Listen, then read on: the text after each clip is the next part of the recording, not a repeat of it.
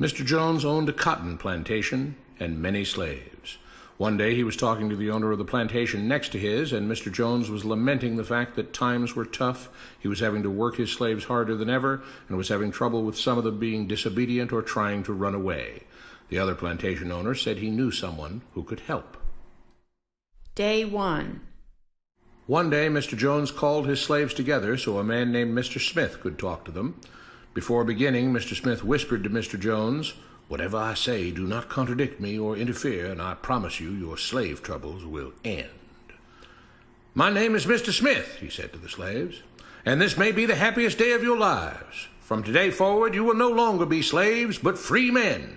Mr. Jones was so shocked he started to step forward, but Mr. Smith gestured for him to remain silent. He did, only because the other plantation owner had spoken so highly of Mr. Smith's skills. "You are no longer the property of Mr. Jones," Mr. Smith continued. "You are free.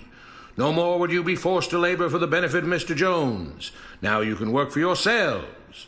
Now the slaves were all murmuring and looking at each other. Many were smiling, many were looking puzzled. "In fact, you are now free to leave the plantation whenever you want," Mr. Smith said. "However, since we are surrounded by other plantations, if you leave, some other plantation owner will likely claim you as his own the moment you set foot on his property. So I urge you not to risk your newfound freedom by doing something so foolish. Instead, I suggest that you stay here, no longer as slaves, but as willing participants and part owners of this plantation. Yes, this is now your plantation." Mr. Jones bit his tongue to keep from objecting. "For now, we might as well leave Mr. Jones in charge," said Mr. Smith, "since he is the only one with any experience at running a plantation, which is quite a complicated thing to manage.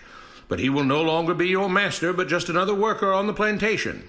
In fact, he will now be using his organizational and management skills to serve you.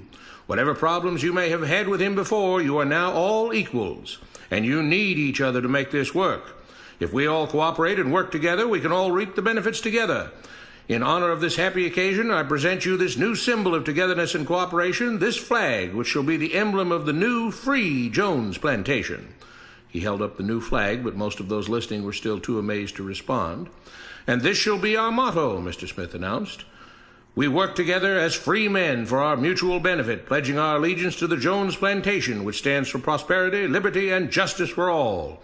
To celebrate, everyone has the rest of the day off. Enjoy your freedom, do as you please, and be back here tomorrow morning, bright and early, so that we may begin work on this great and noble new endeavor as equal free men." Finally convinced that Mr. Smith was serious, the former slaves applauded and cheered. Day 2. "We all want this plantation to do well," Mr. Smith said at the beginning of the next meeting, "so we can all share in the benefits. We all know that it takes a lot of effort to make a cotton plantation work. Just because you're all free doesn't mean you can stop working. In fact, since you're now working for yourselves, I expect you to work even harder than ever before, but now with pride and joy, knowing that you're working for yourselves. Of course, there still have to be rules. If everyone just does whatever he wants, the plantation won't produce anything. This experiment will fail, and we'll all starve. You should be thankful that Mr. Jones has agreed to stay on to lend his knowledge and skills to this endeavor, and I trust you will all do your own part to make this work. Several of you have been chosen to act as project supervisors to manage different aspects of the operation, to make sure everyone is doing his assigned job, to make sure that the rules are followed, and so on. The rest of you may head out to the fields to start your first day of work as free men." Day 3. The next morning, Mr. Smith had a grim expression on his face as the daily meeting began. "I have an unpleasant duty to do today," he said. "Yesterday, Charles was caught keeping some of the cotton he picked, presumably to sell for his own personal profit. That is against the rules. That is stealing. For that, Charles must be punished." 2 men tied Charles to the whipping post.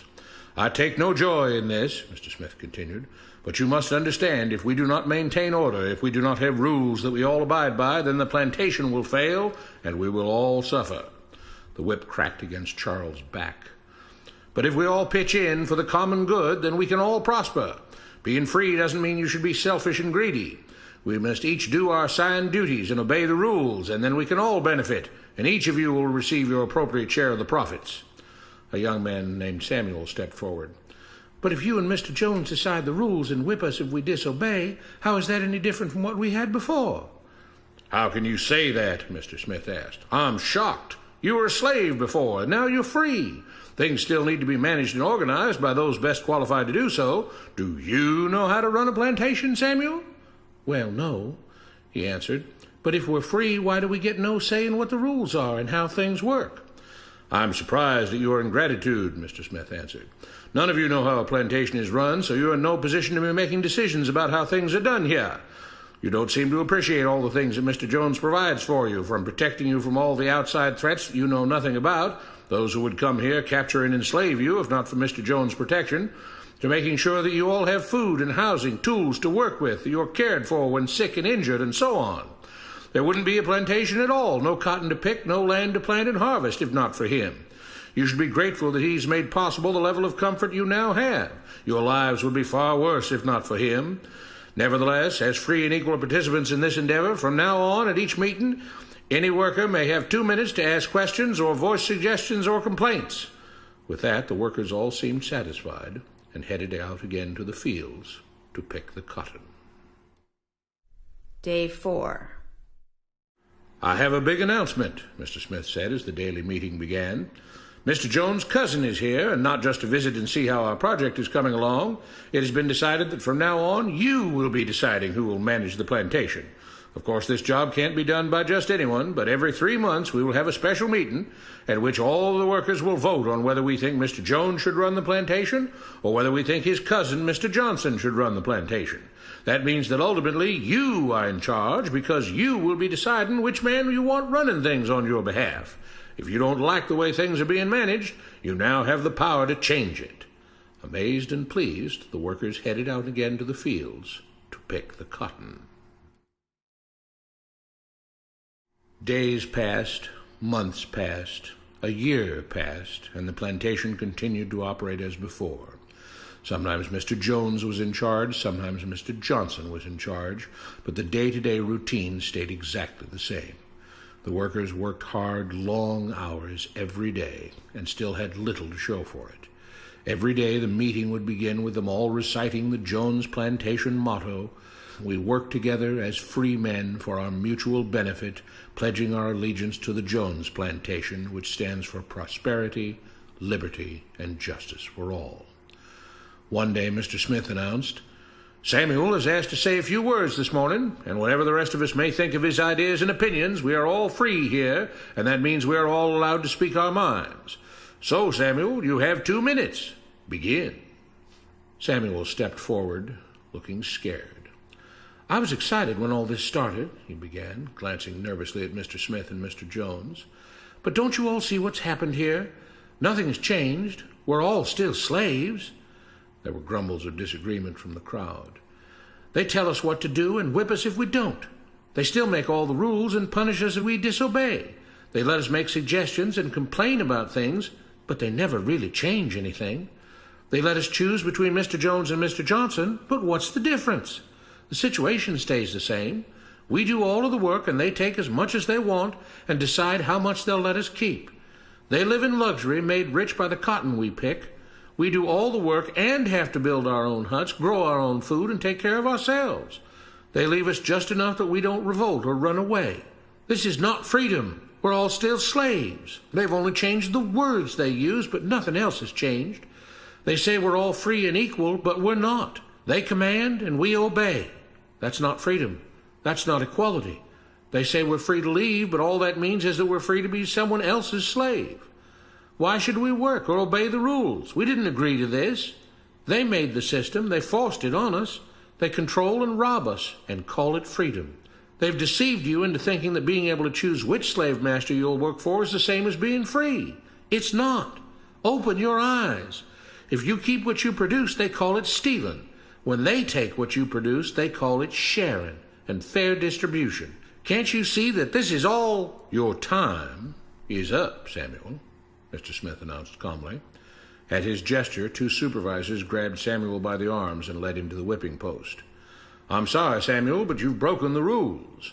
There are rules against encouraging others not to work and encouraging others to break the rules. You're only hurting all of us with your discontentment and your complaining and your disobedience. The whip fell and Samuel let out a grunt. Without rules, without order, all would be lost. Without law, there would be chaos. We can't just behave as wild animals, each doing whatever he pleases. We must all follow the plan and all do our duty for the betterment of everyone, and those who do not must be punished.